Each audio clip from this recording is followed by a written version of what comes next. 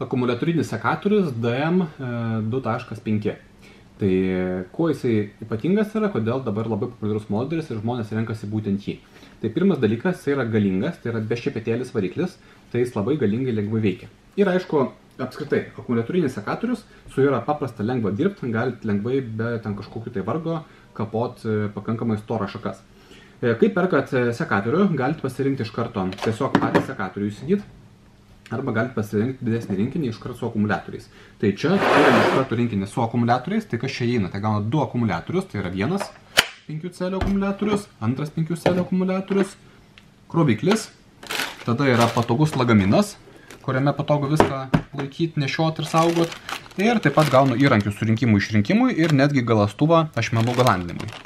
Dabar dėl pačių veikimo. Tai veikia jis žiūri paprastai. Tiesiog prijungiu akumuliatorių, įjungiu patį daiktą ir reikia atrakinti peiliukus. Jisai atsirakina, nuspaudus berods 2 kartus. Taip, atrakinau ir dabar tiesiog jau galiu naudoti. Tai veikia žiūri paprastai, tiesiog pasirinkau, ką noriu nukirpti, spaudžiu ir kirpu.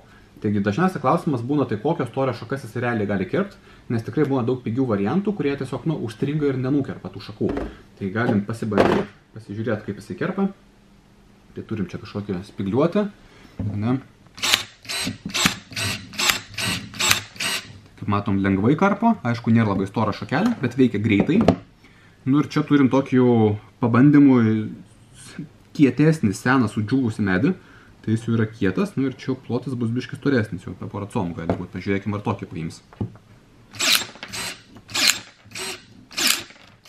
Jo, matom irgi kaip nieko, praktiškai kaip per sviestą. Tai realiai netgi sudžiūvusi seną kažkokį storą medį pakankamai, irgi karposi pakankamai lengvai.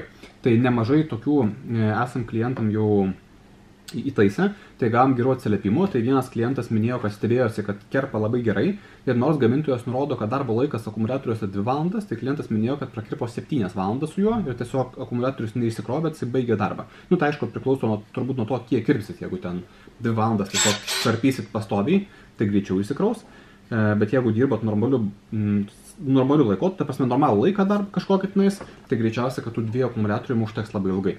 Taip, kad jeigu norit gero kokybiško daikto su galingu bešepetėliu varikliu, su 2 akumuliatorius, kuris jums veiktų tikrai gerai, lengvai ir palengvintų darbą sode, tai čia gali būti tikrai puikus variantas. Taigi užsukit pas mus į urmokaina.lt ir įsigykit šitą variantą, jeigu jums reikia tokio pagalbininko sode.